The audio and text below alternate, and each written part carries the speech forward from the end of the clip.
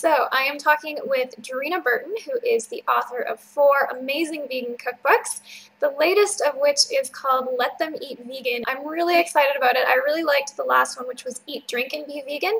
I loved how you shifted more towards whole foods, which is really awesome to see. So, I'm excited to see the new one. Thank Sorry. No, thanks. I do more of whole foods in this book too. Because like you, that was the feedback I was getting was, we like the whole foods. We don't want the refined stuff and the processed foods. So that's the whole energy with this book. That's awesome. It's Yep. it's nice to have the processed foods available for transitioning, but it's also nice to have lots of whole food recipes. So I'm excited about that. Now, you're one of the very few vegan cookbook authors that I've seen that has a focus on vegan cooking for kids, which I guess is a result of you having 3 kids. Yeah, necessity is the mother of invention, right? Yeah. There's no way around it. How old are they right now? My older girl, she's almost 11. And then the middle girl is 7, and our babe, well, she's not really a babe anymore, but she is to me. She's 2.5. She takes on the world. She thinks she's 5. Yeah. Yeah. Yeah. That would be easy to do with 2 older sisters, I bet. Oh yeah, she's gung ho for everything. It's actually nerve-wracking because she's into way too much. But on the other hand, though, she's the most organized, which is great. I don't know. I guess she hears me nagging the other 2 about, put your things away and hang up your coat. And she comes in and she's the one who's on top of her game. So fingers crossed, I've got one to help out. I've heard that the youngest child can go one or the other way, either really good or really bad. Yeah, she's good. She's not low key. A lot of people think like, oh, your 3rd child is so mellow. So she's not low key, but she's good. Yeah. Oh, that's nice. Now, have you raised them as vegans right from birth? Yes, they've been, I was vegan in my pregnancies, and they were vegan pretty much since birth. There was a period of time when, before the vegan DHA oils came out, that we did a little supplementation of fish oil for our older girl. And that, again, is sort of process of learning and new products coming on the market and just trying to do what's right by your kid. But now there's so many options, and some of them are amazing.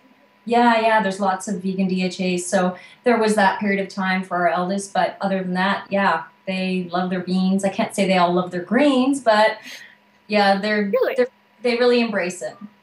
That's interesting. I probably would have guessed the opposite, that beans would have been the issue, but they really like them and not so much on the grains. Yeah, no, they love the grains are good, but not greens, like the greens, leafy greens. Yeah. No, they love beans, I have to say, and I think it's one of those things that kids tend to love what they grow up with, and as long as it's palatable for them, it's not too spicy or too out there for their palates, then they accept it. And our girls, like, one of their very favorite foods is to have a big bowl of brown rice with beans and just topped with guacamole. And they think that's, Mom made one of our favorite meals. It's simple, but they love it. And beans have never been an issue. I think a lot of folks think it is, but probably because beans for a lot of people are only eaten in chili, and, they're not part of a regular diet. So. Yeah, that's true. So they've gotten used to it from childhood. Well, that's awesome. Now, how do you deal with people who are skeptical about raising vegan kids, like friends, doctors? Do you get a lot of questions about how to do it and why you're doing it? Yeah, we have no friends. We don't go to doctors. I don't know. Actually, in the early days, it was much harder. Like now, I'm sure, as you know, there's much more of a welcoming feel about being vegan from friends, certainly. And doctors are still not knowledgeable, but I do find like just the general feeling is much more open and accepting, and probably more curious than anything. So, it's been okay. We've had issues with doctors, lots of questions, but we also work with naturopaths, and they definitely are, more understanding of the diet and will help us if, we're trying to if our daughter has some kind of bug or something and we're trying to get over it or supplement in some way, they'll help us and not criticize what we're doing. Whereas we find with, a lot of doctors, the knowledge just isn't there. But most of her friends are great. I have to say, lots of understanding. And like the other day in school, our middle girl, she had a friend who offered her some milk chocolate, but it was vegan milk chocolate. And she said, "Do you want some vegan milk chocolate?" And she said, "Oh, mommy," I said, "I'm not sure. I think it'll hurt my tummy. It's milk chocolate." And I said, and I knew who this girl was, and I said, "You know what? Her mommy does eat a lot of vegan. So if she says it's vegan, I'm sure it is, because her mommy's really good with that." And she said, "Oh, I didn't know." And the next day, her mom brought her the entire rice milk chocolate bar to school and gave it to me to give to her. So like, it's just that kind of, cool vibe with parents. And, you get some people who don't get it, but it's certainly come along. Yeah, oh, that's nice. That's a great story.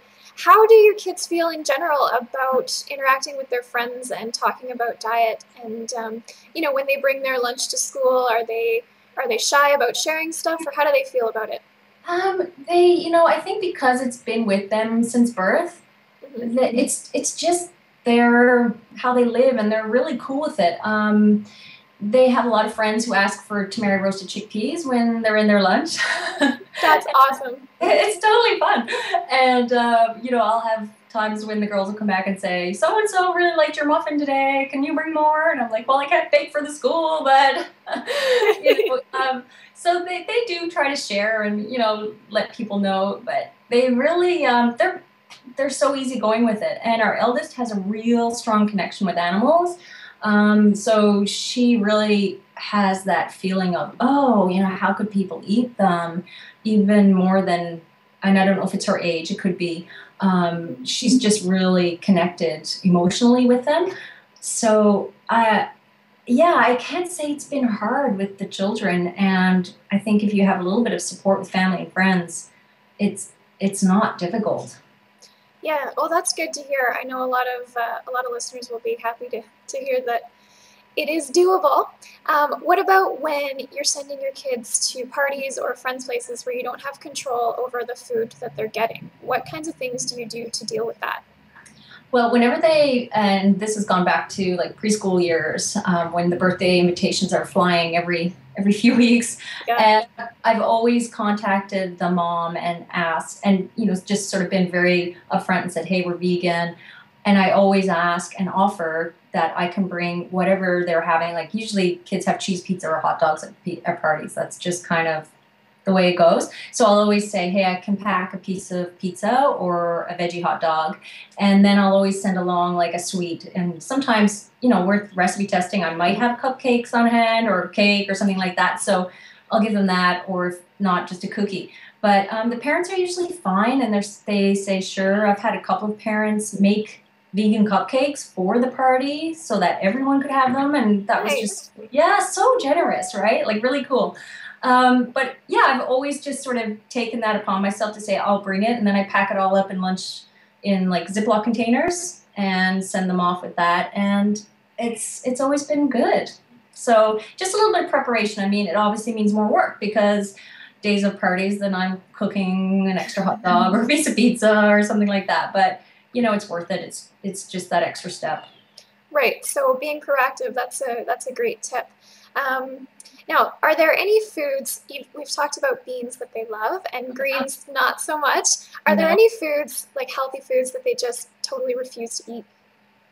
Yeah, the greens are hard, and I think it's because of that bitter, most greens have that bitter quality, and I don't think their palates really are ready for it. And I know growing up, the only lettuce or greens I had were, was iceberg lettuce. Like that was literally the only form of green that I saw, which isn't really green.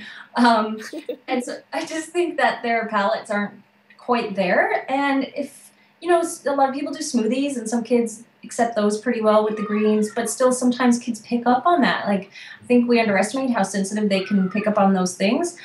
Even my middle girl, for some reason, she won't eat berries. Like that. Interesting. Yeah, I know. Who doesn't like berries? Strawberries, blueberries, any berry, she doesn't eat it. And I've tried to disguise them. I made this pie once because she likes sweets. And I blended it up like it's a raw strawberry pie, and I blended it up and it looked like watermelon. So I told her it was watermelon pie. But she knew the taste was there, and she knew, and she said, "Mommy, this has strawberries in it, I think." So there are times when, you know, it's like, why don't you want to eat berries? So yeah, they all have their individual things, because what my older girl likes, my middle girl likes differently with fruits, and certain veggies they don't care for either. The kids, neither of them are really, three of them aren't really big on broccoli, but I think it's those things. The veggies are harder than like nuts are easy, and beans and grains, all that's pretty easy. It's the particular vegetables, and usually the green ones. Okay, and what kinds of things do you do to try to get them to eat them, or do you just come up with other alternatives? Bribery and threats. Mom's number one tip. You know, I work a lot with the foods that they love. So, for instance, they love guacamole and avocado. So if I can work anything into that, they'll eat it. If I can put a wrap together with avocado and then get some veg in there, they're loving it. So I do those things. And then there's sauces that they like if I make a cheesy sauce and they can have their veggies with that. That's what I always sort of advise to parents, is find what they do like what maybe nut butters they like, or sauces, or just general foods that they like, and then try to find ways to fold it into those things, because then they're happy. You know, they might reject it at first, but they'll work at it. And the other thing is to just keep giving it to them, because that notion of, I think you have to present a food 21 times or something for kids to finally accept it. That is so frustrating, because 21 times is a lot to throw away food. But I've done it. Like, our middle girl in particular is our anti-veg girl. Okay. And so I just keep giving it to her, and finally there's things that she's eating. But boy, oh boy, there were so many times where I was just clearing her plate or making her sit there for a half hour, and, you know, you don't get up till you eat your cucumbers. But yeah, so kind of repeated exposure, but also finding what they like, and then making magic happen with the foods they like.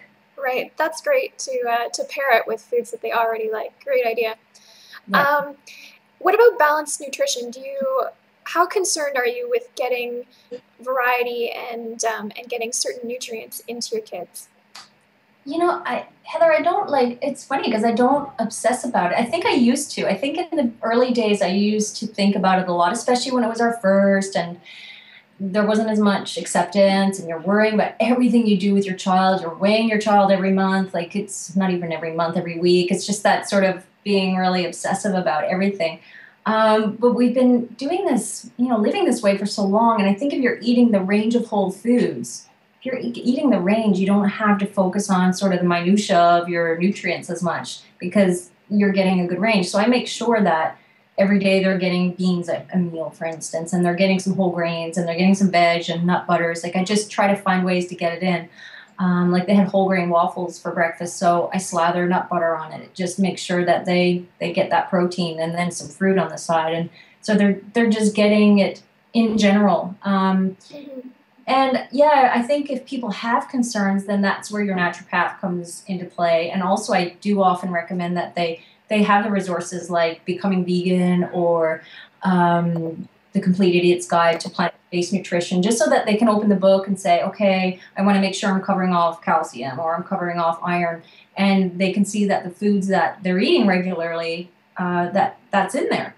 But as much as it might sound a bit, you know, flippant, it's not a huge concern anymore. It used to be, but now I see, you know, they're strong and they're healthy and they're full of energy, and yeah. Yeah, that's the important part, right? A lot of people get hung up on nutrition for themselves as well, and it's just good to know that when you do the same thing with kids, you get the same results, and that they feel healthy and happy, and that's the important part, right? It's so true. My mom doesn't live in our area, and whenever she visits, she says, my gosh, Dreena, like, your kids eat such good food. And my friends always say, what do her kids eat? And she said, if they only could see what they're eating all the time, because it's real food. And the results are their good health after, and just their energy, and they have really, you know, bright eyes, and those things that you see and, you know, are good signs of health, right? Yeah. And strong immune systems and things like that. All right, well, thank you so much for taking the time to chat with me, and lots of great tips in there, so I'm sure people will find this really helpful. Thank you, Heather. You're a treat. Thank you.